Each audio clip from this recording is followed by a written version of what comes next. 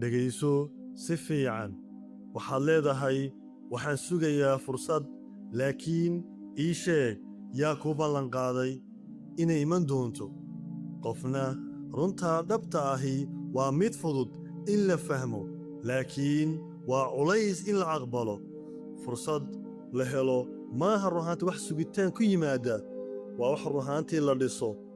eeg, dadka wax soo saarka sameeya maaha runaantii kuwa runaantii kaa nasiib badan, waa kuwa runaantii go'aansaday inay joojiyaan sugitaanka.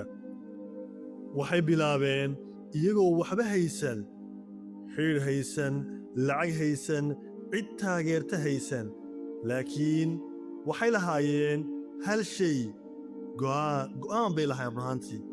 dhisidda fursad waxay ka bilaabantaa maskaxdaada. haddii aad tidhaahdo ma suurtagal ah, halkaas ayaa runaantii ku joogsanaysaa. laakiin haddii aad tidhaahdo waa suurtagal, waan samayn karaa, waad raadinaysaa, waad isku dayaysaa, waad fashilantaa, marro kale runaantii waad bilowdaa. haa, dhisidda fursaddu waxay u baahan tahay halis waaqic inaad waajahdo.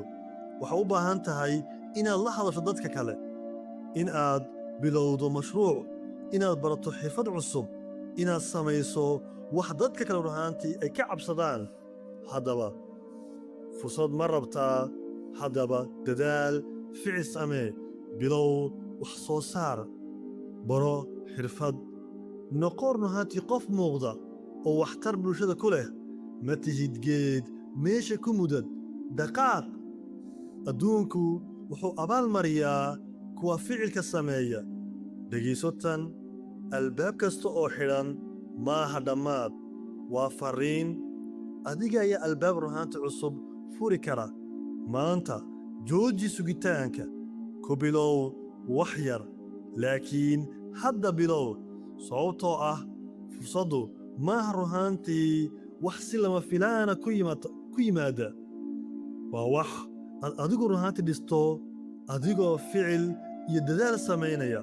haddaba taariikhdaada ma qoro qof kale, adigu qalinka qaado oo qor. haddaba qof kale ma qoro taariikhdaada, adigu qor oo qalinka u qaado. waad mahadsantihiin. dadaalkaaga ayaa keena runaantii fursadda aad rabto. hadda dadaal samee, ilaahay tala saaro, dhaqaaq.